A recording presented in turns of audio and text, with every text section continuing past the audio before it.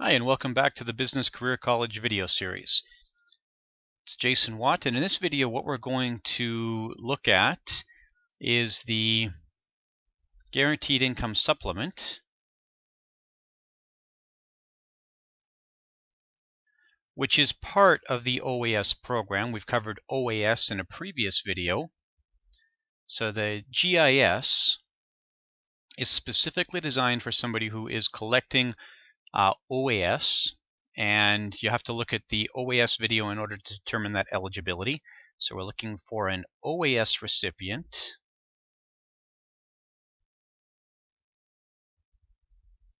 And obviously then they have to be age 65 plus, at least as of today. We know that's going to change to 67, but not for quite a while yet. And specifically we're looking for somebody who has low income. Now, one of the things that's worth mentioning here as far as eligibility, you may recall in the GIS video I had mentioned that 65 is simply the minimum age at which to collect OAS, but you don't have to be only 65. If we have somebody who comes to Canada at, say, age 57, they might wait until 67 then, or they would have to wait until 67 in order to be eligible to collect any OAS.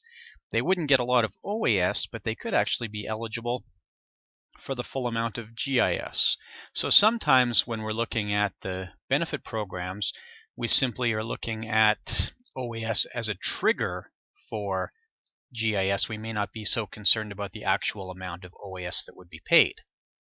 So what do we mean when we say low income? This is really our important discussion here.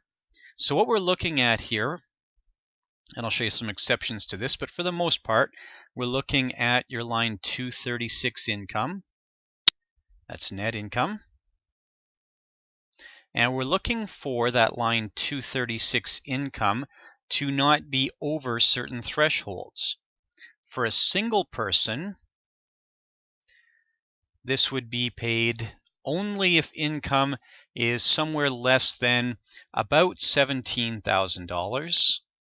These figures change every quarter, as we're now used to with the Guaranteed Income Supplement benefits, but around $17,000 maximum. And for a couple, married or common law, doesn't matter, we're looking at maximum combined income for this couple of around $40,000. And once we're over those amounts, then there would be no more GIS. So you don't want to be collecting this. You have to have fairly low income in order to get this benefit at all. So how is it actually calculated? Well, for a single person, the maximum GIS benefit by itself is right around $700 a month.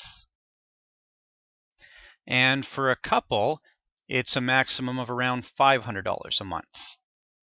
And again, these amounts change every quarter, but this is approximately where we sit today. And for a couple, it would be maximum $500 per month per person. Now, there is another little bit that can be paid here. And for a single person, there is an additional $50 supplement that's available. Or sorry, a $50 enhancement. Let's get that language right. And for a married person, there's an additional $35 a month enhancement per person. So each of them would be eligible for an extra $35 if income is below a certain threshold. Now, to get that $50 enhancement, this is only payable if your annual income is less than about $5,000. And for a couple, this is payable if your annual income is less than about $8,000. And those amounts change again every quarter. And to see the exact amounts, you'd have to look at the OAS calculator, which is available on the Service Canada website. But this is fundamentally how this works. So what we're most concerned with, and what's most likely to be tested around GIS, is how do you get this $7,000 and how do you get this $500 a month? So let's say, just to work through an example, that we have a single person. and my single person has annual income. We'll go annual here because there's a couple factors to consider when we look at annual income. So this person is taking money from a RIF. This person is earning income from OAS. This person has a little bit of Canada Pension Plan income and a little bit of employment income. So these are the things you're most likely to see tested as well. And let's say from the RIF we have $4,000 coming out each year. From OAS, which we know we have to have some of, let's say we're getting 5,000, near the maximum for OAS, maybe a little less because of less residency. And Canada Pension Plan, let's say we're getting about $6,000 here. And employment income, we just got a little part-time job here paying $5,000 a year. So when we look at the clawback calculation, the GIS clawback calculation, we have to look at what income to bring into this discussion. The RIF income we are going to bring into this discussion. The OAS we are not. That wouldn't make any sense because we have to have that income. The CPP we are bringing that income in. And the employment income is actually a little bit funny. We're allowed to have up to $3,500 of employment income, so we're only going to bring $1,500 over into this GIS clawback calculation. That first $3,500 a year is exempt from this calculation. So this person we see has $11,500 of income that would attract a clawback. So the first thing we see is that they are over their amount where they would get the enhancement. So this person will have no enhancement. So now we have a 50% clawback.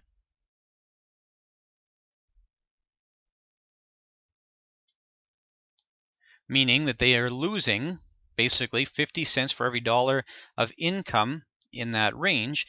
So they're going to have $11,500 times 2 is $5,750 of clawback applied to their OAS, or sorry, to their GIS, or we can figure out that amount per month, which brings us to right around $480, just a shot under $480 a month that would be clawed back. Now, if this were a couple, what we would do is we would take their total income as a couple, and then we would have a 25% clawback for that couple, but we would apply it to both of their amounts then. So with a $480 clawback, we see that this person would have been eligible for $700. We can see that here, but they have $480 of clawback, meaning that they will actually have $220 of GIS each month. Now this amount, this GIS benefit, it's indexed, and it's indexed to inflation each quarter, and actually it's paid tax-free. Both the GIS and the GIS enhancement would be paid tax-free. So, not a particularly generous benefit here, but it is just designed to provide that little bit of supplement for somebody who is age 65 plus and has low income. Just like with the OAS clawback, we would do this calculation each year. So we would do this calculation in, say, 2014, and that would impact the 2015 GIS amount, and then so on. You do the same calculation in 2015, and that would affect the 2016 GIS amount. It's a fairly straightforward benefit. The only real complexity to it is just knowing the amounts that are going to affect your benefit, and it really is just that OAS amount that doesn't get included and that first $3,500 of employment income. Everything else would get included. If you did have dividend income, the thing to note here, just like with your GIS clawback, is that dividend income you would have to use the grossed up amount. And of course we've seen the discussion around dividend gross up in our calculations around investment income and how it's taxed. I hope that helps. Enjoy your ongoing studies.